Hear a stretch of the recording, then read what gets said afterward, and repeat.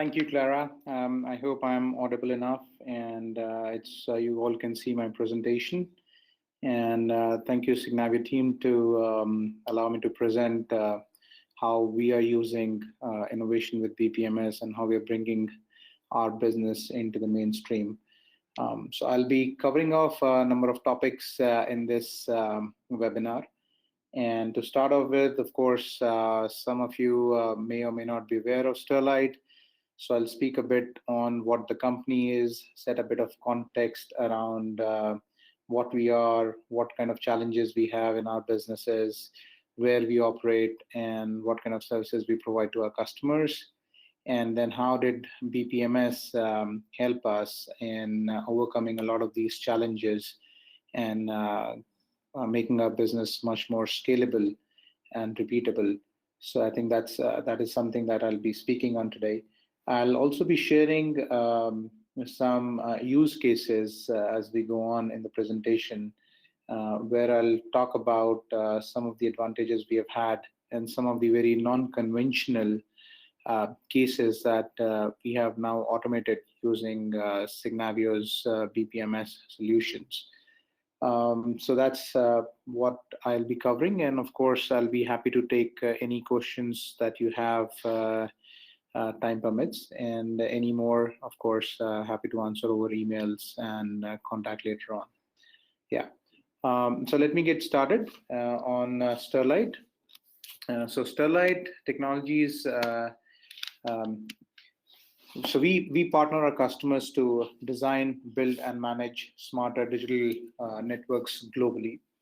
We provide end-to-end network solutions for global telecom companies, cloud companies, citizen networks, and defense companies as well. Of course, we have our businesses in manufacturing, which is optical products. So we have our manufacturing facilities in India, China, Italy, Brazil, and we cater to customers across the globe. In fact, 45% of the internet data that travels in India travels on our networks. And the second business that we are in is the system integration services, where we help a lot of these companies set up their mobile networks, digital networks, and giving broadband and services like that. Plus, we also give services in terms of software for running these networks from an end-to-end basis. So right from silicon to software, we are giving products, services, and software. We are kind of present in very toughest terrains of the world. Our networks are present in Iceland in extreme temperatures, in some of the deserts in the Middle East, in the rugged Himalayan ranges. A number of our customers are telecom companies, specifically in Europe. We work with almost all leading operators, bringing 5G, FTTX solutions to pretty much all the countries of the continent. We have a big play in the UK, Ireland, France, Spain, Germany, Luxembourg. We've been growing pretty nicely, and we, in the last 3 years, our order book has kind of grown 10x, especially in our services segment. So in using our optical products and software. So that's what we are. We enable it through, obviously, talent and culture. We have global talent across different offices in Sterlite. We have about 230 patents in fiber products, optical fibers, cables, and things like that. So we are investing heavily into research and technology, and of course, customer is foremost for us. As you can see, and I talked about, some of our customers include the telecom companies, they include the cloud companies. We are all aware of some of the cloud companies, over-the-top companies like Netflix, Facebooks, Googles. So those are our customers as well. Citizen networks in terms of creating smart cities all across the globe. Defense services, especially in India. We work with the Indian Army, Indian Navy, and many other such companies in that domain. So we are present in more than 100 countries across the globe. So that's you can just see a global map of our presence. And 8 of the top 10 telecom companies are our customers as well. So that's a quick view about what is Sterlite.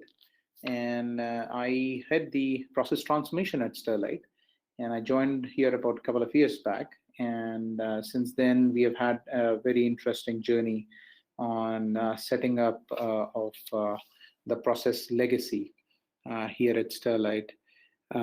This company is about 20, 25 years old. So obviously there were a lot of processes which were in the minds of people. And there were a number of things. The company was growing heavily. So we thought we should be investing in kind of creating much more scalable processes as we scale up and able to help us in creating this sustainable growth. So just talking about some of the challenges we faced, and I'm sure a lot of you would also relate it to a number of companies that you guys are, come from. So it's like you ask like 5 different people, and they obviously talk about processes as they know it. So it's a person A's version of a process or a person B's version of a process. And you talk to different people, everybody is saying that they're following a process, but they're following what they understand of the processes. And in fact, even at times, I mean, you talk to those different people at different points in time, and they seem to be using a process version which fits them well in a particular situation. Now, that's obviously a big challenge for a company because there is no single way of doing things, and everybody's trying to follow a process, but really trying to do things in a way they seem possible to them. So obviously, that was one of the biggest challenge that we faced, that there were different versions of the business processes, and as the company was growing, it was this is something, a pillar that you need, that everybody is following the same ways of working. A number of projects, of course, kind of slip time and again, number of transactions that go through. Sometimes you're able to do procurement in like few days. Sometimes you're able to only close it in a few months. Sometimes you're able to execute projects in like on time. Sometimes it just slips and you don't know where it slipped, what was the problem, who was working, who wasn't working, what are the OLAs in different teams, in different business units. So it's really important to kind of have that view, a data-based view, which we, of course, were not having, or only at best had perceptions of. So these perceptions need to be kind of tackled with data in terms of being aware of what are the challenges in a particular process when you're running it, when you're doing an engineering change, what are the challenges, when you're executing a civil project, what are the challenges, when you're doing a procurement, what are the challenges, when you're solving quality problems, what are the challenges, where are the processes getting stuck, and where is it taking time, because everybody seems to be working with the right intent and still not able to produce end-to-end result. I mean, 2 + 2 is never getting equal to 4, and that was kind of a big problem. And I'm sure that's a problem in many companies that you guys also face. So that was one of the second challenge that we had. Then, as I said, I mean, every different version of the process, where is the process stuck, where, I mean, it's more about navigating through the organization without having much knowledge about who to contact, where to contact. It gets very people dependent, somebody being on leaves, somebody not being able to do that work, or it just kind of keeps going round and round. And this is again a kind of a phenomenon I have seen in my experience, kind of which pushes back companies in terms of scaling, because the number of times the work just doesn't get done. So it's kind of going rounds and rounds. And of course, this was another challenge that we have now been able to tackle. So with these challenges, and of course, it's a huge change management piece around having to get to adoption of the processes and being able to see with the data in terms of how your processes are doing, what are the opportunities to improve those processes, what are the things that are actually going well, and who are the people, who are the departments, who are the leaders who are leading this change and who are not leading this change. So I think this kind of uh, an old Dilbert example of leading a process change, and kind of how people feel on that. So I think you guys are with me on the challenges. So I'll just move over to some of the pillars that we have used in terms of overcoming these challenges, and what we felt were the design principles around the whole process transformation, and why we kind of chose Signavio as one of our the transformation levers. So I think that's very important to understand. And our design principles, we had set out saying that one, we want everybody to be aware of what the processes are. There should be one single version of the processes. It should be visible to everybody. They should be able to refer it back. Maybe if needed, be able to download the copies of those processes and just be able to run with one single point in mind as to this is how things get done in Sterlite. So one Sterlite way of doing things. A Sterlite process model was a key design principle that we wanted to have. Uh, a number of high impact processes, we also wanted to kind of orchestrate those processes in terms of from department A to department B to department C, or person A to person B to person C. Orchestrating those processes was equally important for us. So and then the third thing was enabling our process managers with some intuitive dashboards to give them a capability to see where the processes are getting stuck, what's working well, where we are within our service levels or operation level agreements, where we are going beyond them. Are we being agile enough as a company? Um, and how do we kind of simplify the processes? So, of course, it's not just about automating what we have, but actually simplifying a process before we kind of automate. So, and these dashboards were supposed to really help us in terms of driving that change. And of course, one very important design principle was the agility to change, because there is no process in this world which remains constant. There are multiple versions which keep coming in, and to have the company follow those versions as we keep growing, that's important. So the agility to be able to change the processes. So what's running in 2018 may not be running in 2020. It might be something different. The business changes, the ecosystem changes, the players change, and a lot of things around us change. So it's the adaptability and agility to change, to be able to do it very fast, and still be able to kind of run the company on a single version of truth is very important.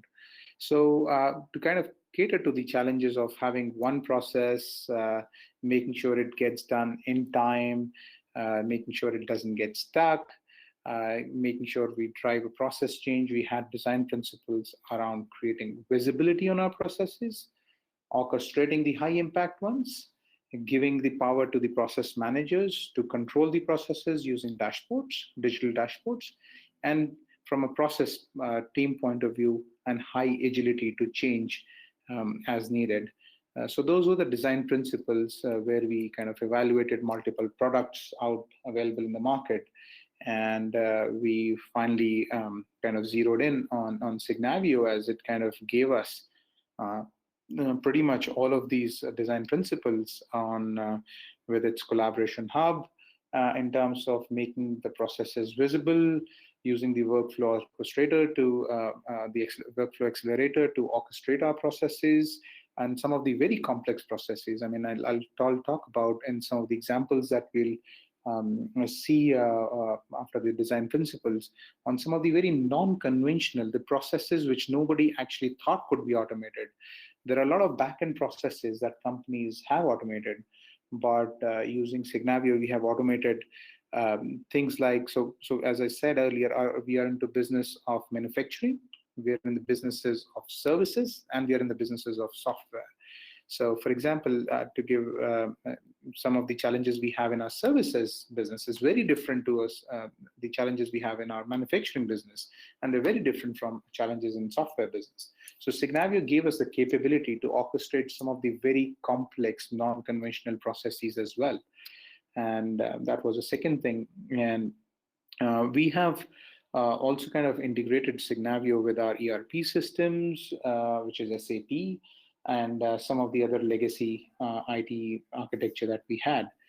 And in addition, we have been able to integrate it with our business intelligence tool, which in-house we use Tableau.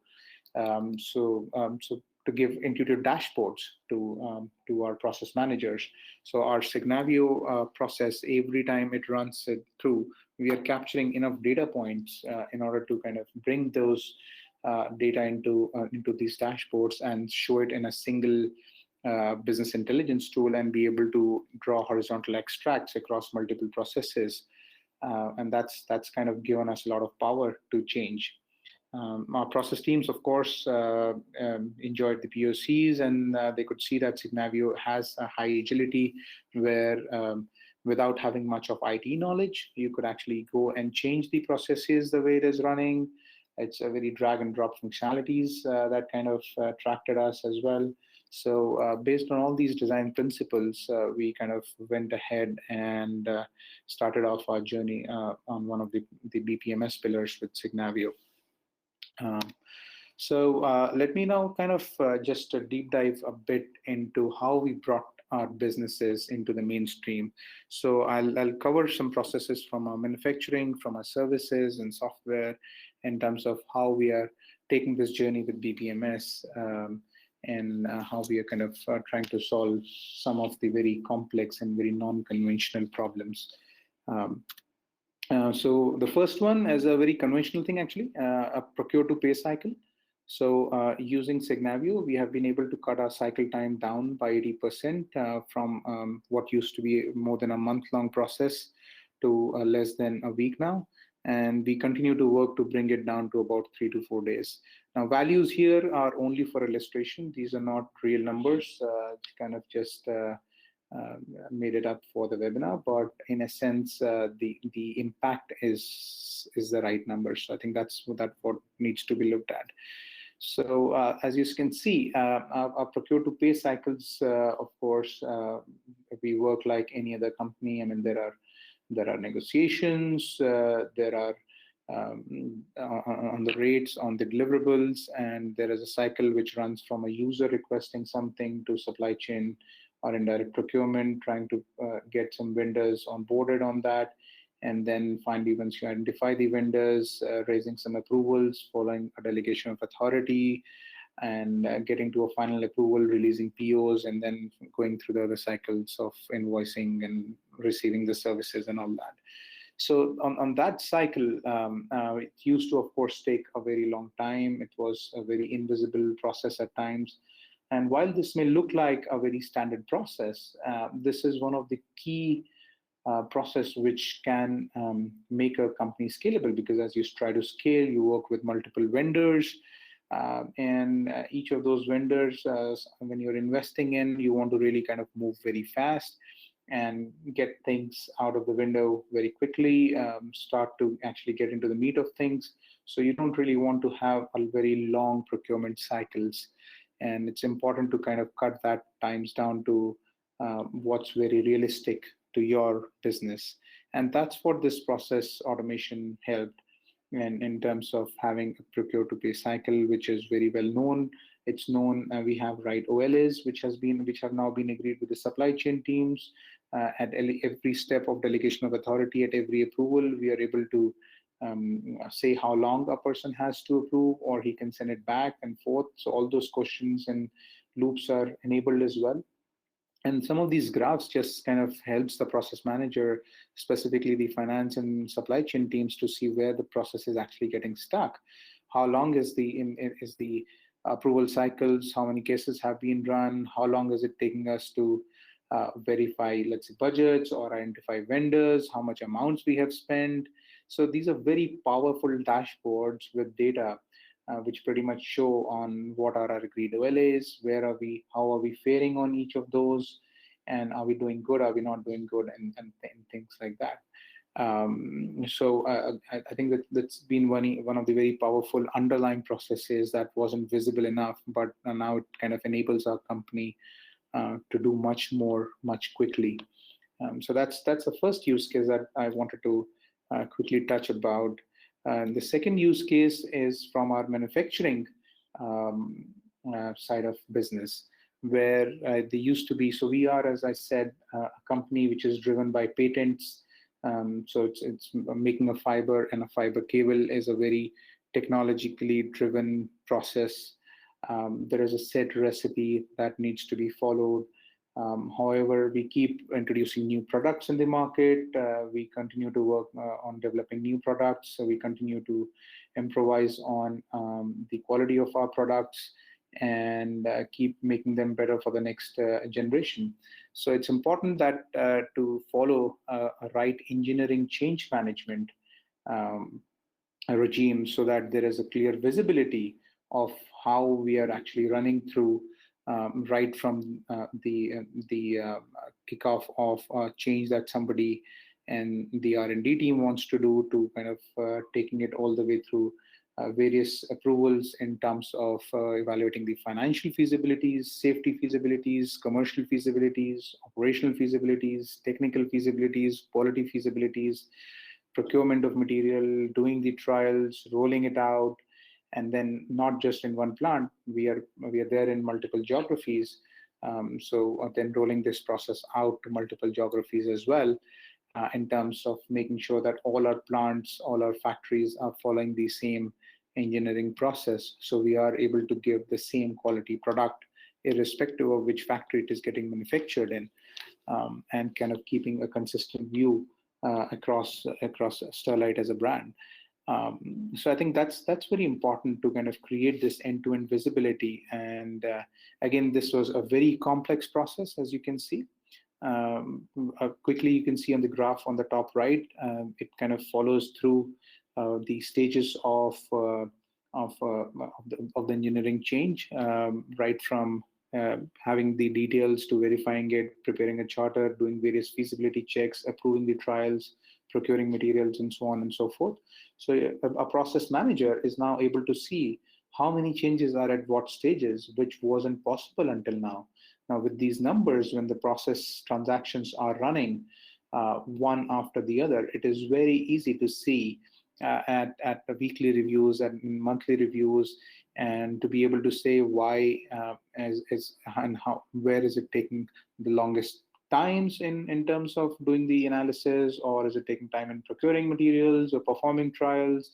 How are the results being reviewed? How many have been rolled out? How many rolled back? So it's a very complex change, but it kind of enables our process managers to take very informed decisions. And the graphs at the bottom actually show you the multiple iterations of a particular engineering request running, and you can easily see the average time it takes in every phase of the process, and how are we doing according to the SLAs. So it's very interesting. Now with data, if our averages are less than the SLAs, then we know that there is an easy kind of a win that we can do by reducing our SLAs over a period of time, so that our processes become better and we are able to do things in a quicker way. While if our averages are running over our SLAs, then we need to really deep dive into that particular step and kind of find out reasons as to why something is taking more than what we intend for it to take. So these data points enable us to improve our end-to-end process, to redefine a lot of steps in our process, to in fact even just remove certain steps which we feel are redundant. So overall, it improves the process accuracy, it improves the repeatability, and it makes it much more scalable. So these data points were not there until we obviously automated a lot of these processes and started to put those results into our business intelligence tool.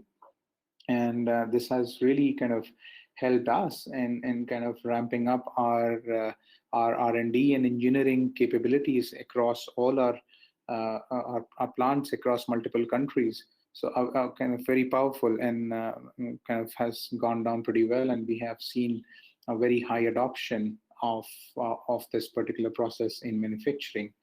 There is another process that we have kind of also automated in manufacturing, which doesn't have a slide, but I quickly wanted to touch upon, as we have reliability test labs where we test our cables for various kind of reliability tests, for example, tensile strengths, or testing their breakage points, or testing it in extreme hard conditions, because we actually use them in harsh conditions in Himalayas, in Iceland, in deserts, and making them fireproof and all those kind of things. So they need to be tested in a lab.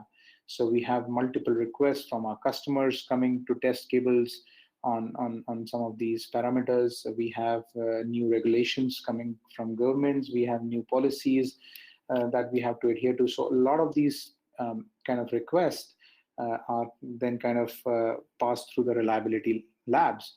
And of course, our lab is state-of-the-art labs that we have, but the inputs and outputs were not being controlled because there were no processes around it. So there is a beauty about having this platform. So it's not just the process teams who are now doing this process automation. It is actually the people in the organization. So when we showed them that one of the, let's say, the engineering change management process has been automated, there were a bunch of very enthusiastic individuals using the platform. They were able to automate the reliability test lab process just by themselves. So now you see that there is a huge platform play, which we have enabled in the company, which is a much more of a cultural transformation as well. So now people are actually coming by themselves and saying, hey, actually, I can automate a process, and I don't need to be dependent on another team to do it. And this is the beauty of it. And when it starts to happen in the grassroots of a company, then you really know that the company is set for a huge growth, because there are people who are wanting to do this change all by themselves, and they're just kind of asking for help here and there, but pretty much they're able to drive on their own. And this can only come if you have a nice platform. I mean, we know all about platforms. There have been enough talks about Uber as a platform, or Airbnb as a platform, but I believe even BPMs can be a very powerful platform on which multiple automations can be done and pretty much it can be done by the crowd in the company. So that's where the power lies of a tool like Signavio. And we're really happy to kind of see these things now kind of getting generated from the grassroots. And that's the reason I wanted to touch upon that one process of reliability test lab. And such process automations are now coming from every corner of the organization. So pretty much what we have done is we have not only enabled a process transformation, but we have actually enabled a cultural transformation where we are able to connect through with multiple people trying to do things on their own and what really helps them. And that's a real beauty. The next process I wanted to talk about is a civil execution process. Now, this is a very non-conventional process that, in fact, nobody has ever thought about automating. I mean, we have a lot of experts in our company around how the execution happens, but when I talk to my industry peers and a lot of people, automating business processes is very conventional. Automating even manufacturing processes is very conventional, but automating some of the processes in the service industry is always a challenge. And that too, when you have a process. So civil execution, we have a big contract, which is public information about working with defense services on creating an end-to-end network in India, about kind of setting up a central command center and all that. So across various locations, there is we're building multiple kind of buildings which will be connected through networks. So there will be VCs available, there will be auditoriums available, and things like that enabled through data. And this civil execution starts literally from earthwork, digging the ground, laying the foundations, running the plinths to roof work to putting the bricks, doing the plastering, doing the flooring, and then even doing the installation, commissioning, and then we even run the networks for them.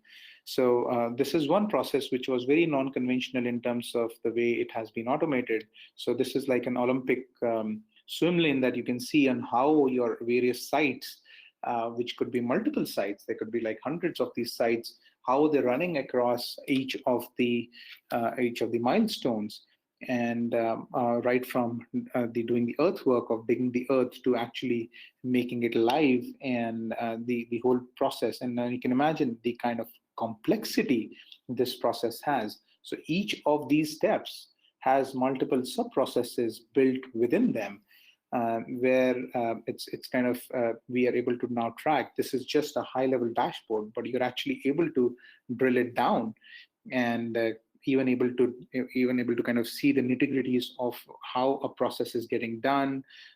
We have a number of vendors who we work with in each of these various sites, so we have a whole ecosystem around that, and I'll talk about a bit more on the next slide.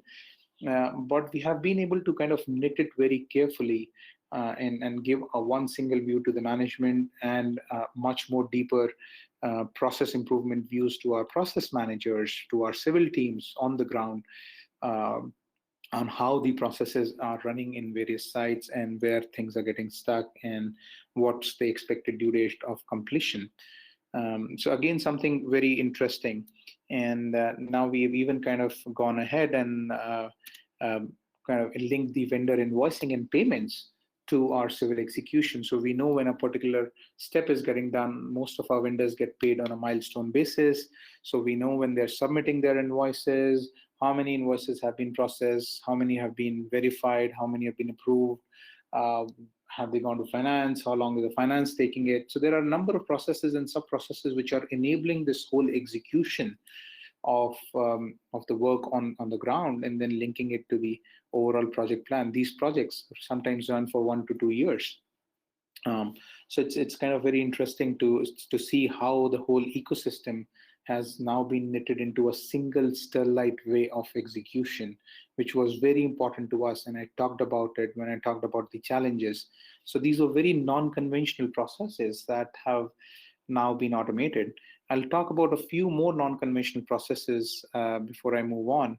And so, for example, as you can imagine, there is multiple site surveys which are done when you're kind of actually bidding for a particular project, or there are multiple in India, and I know in multiple countries, there are right-of-way applications which you have to submit to government authorities in terms of getting approvals for doing earthworks or digging the earth to kind of lay your cables and things like that, or any kind of civil projects like that.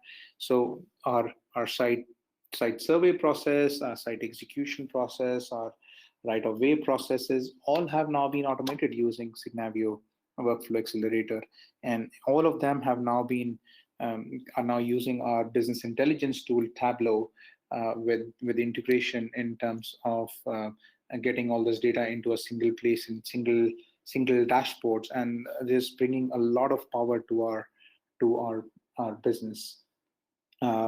Let me just kind of move on, and I'll talk about a quality assurance system. Again, this is one of the process which started pretty much from the grassroots. Somebody identified that we have a huge kind of a challenge in terms of tracking how our quality requests are coming and when they're getting approved, and we kind of what's the aging like and things like that. So something which has again been done by our grassroots army in terms of automating this process just by themselves, showing again the power of the platform. So as you can see, pretty much right from manufacturing services, software we have automated, and software we have automated bid management. So we participate in multiple bids. There are various stage gates involved in that bid submission. There is a technical reviews, there are operational reviews, there are financial reviews, and there are final bid submissions. So now a bid manager is able to have a single view in terms of how he manages the whole bid process. These are fairly long bids, and sometimes because these are much bigger much bigger projects. So now having an ability to see how many bids we have participated in, and the following one single way of actually submission has really helped us, making sure that it is going through proper reviews, and we know how much time it's taking in those reviews and things like that. So that's very powerful again for the management as well as for the process managers. So as you can see, I mean, automating these process managers pretty much helps right from the grassroots managers to the management, to the leadership, to CXOs, to everybody. So I think it's very interesting to see that the power that we are able to build, and all of this has kind of now happened very quickly. I mean, this is just a beginning. So we kind of came onto Signavio platform in 2018, actually late 2018.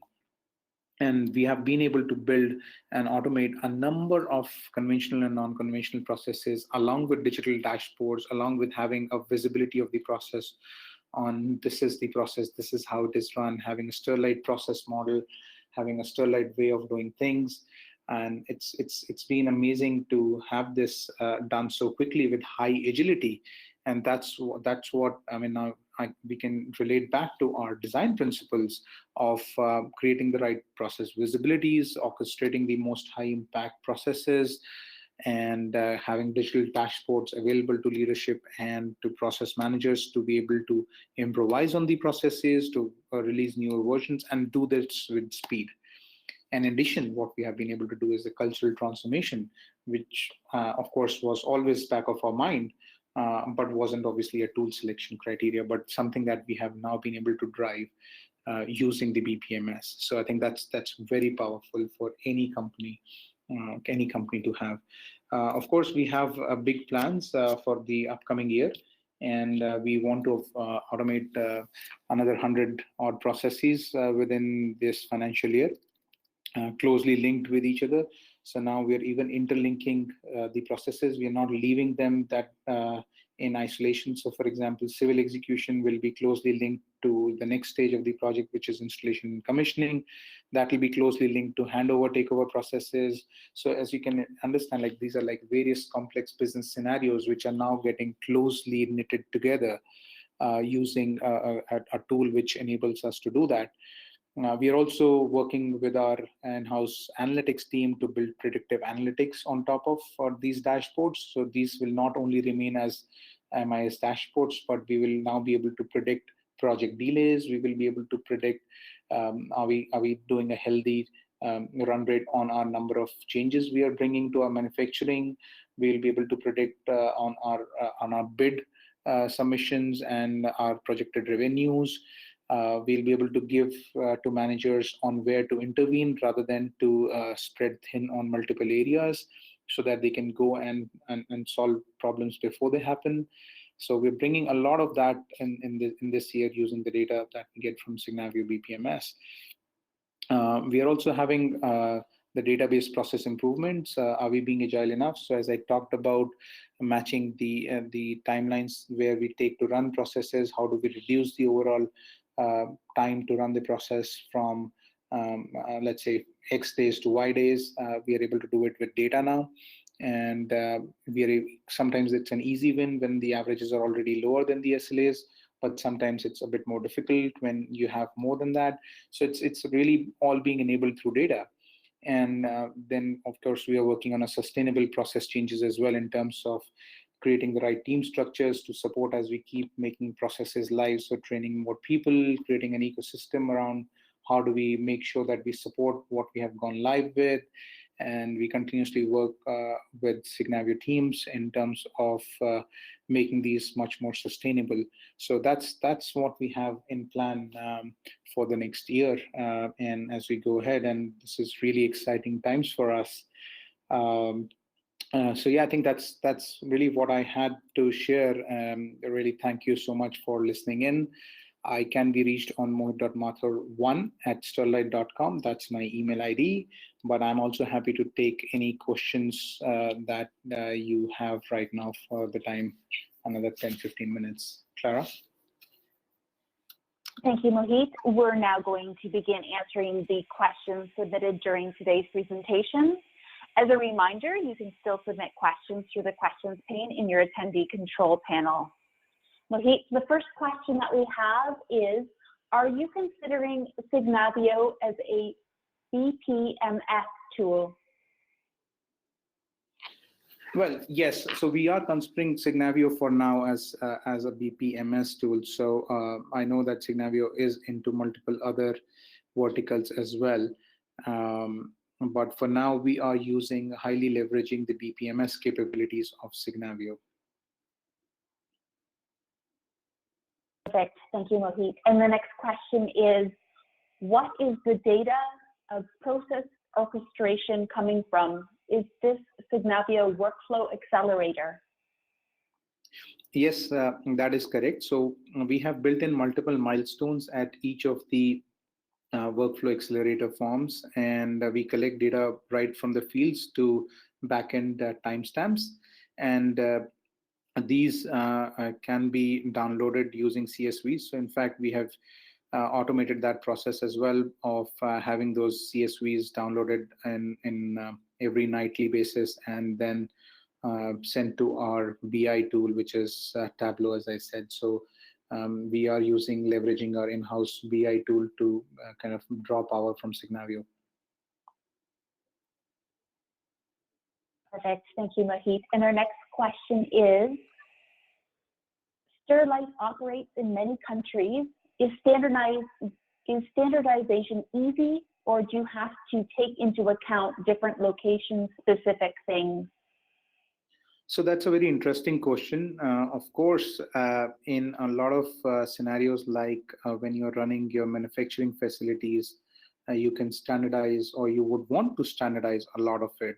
But when you're working with external providers, specifically governments and defense and in multiple service areas, you would have to tweak your processes based on certain contractual conditions or policy matters or legal reasons and things like that. So your process need to be adaptable to those kind of situations. And in that case, we do that. But as far as the Sterlite portions are concerned, we try to make sure that they can be scalable and repeatable. All right, thank you, Mohit. The next question is, what would you say is the main point of difference between conventional and unconventional BPMS use cases? So conventional, I would say that some things that a lot of companies know that are very obvious that can be automated. So things like a lot of finance processes, even procurement to payment processes, these have been very well defined, and over the years they have been perfected. So these are very conventional kind of use cases that can be automated using BPMS. But some kind of non-conventional cases are cases which are generally not thought about in the automation. So as I gave an example of civil execution, so this I would consider it as a very non-conventional case of automation, because not many companies have actually automated civil execution.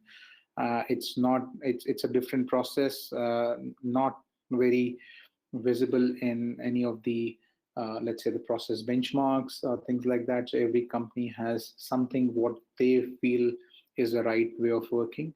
So we also have a Sterlite way of doing things. Of course, we benchmark ourselves against some of the other companies who are able to execute these kind of projects.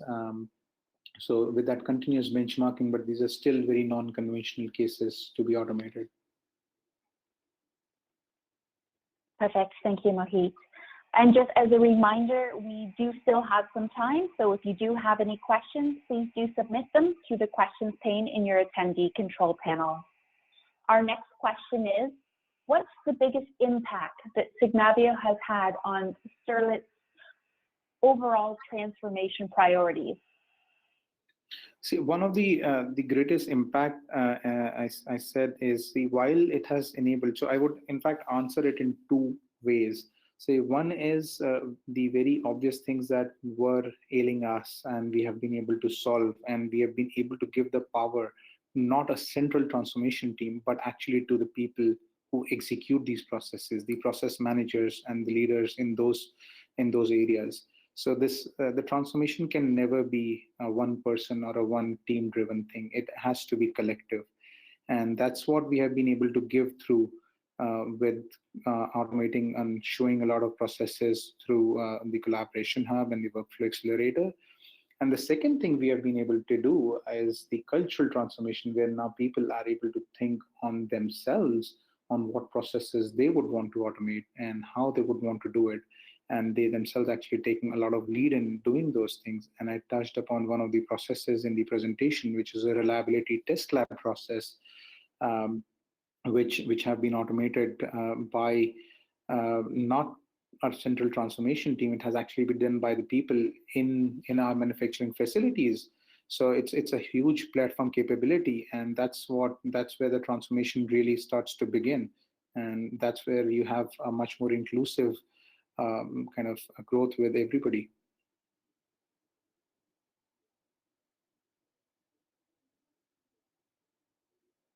Perfect. Thank you, Mohit.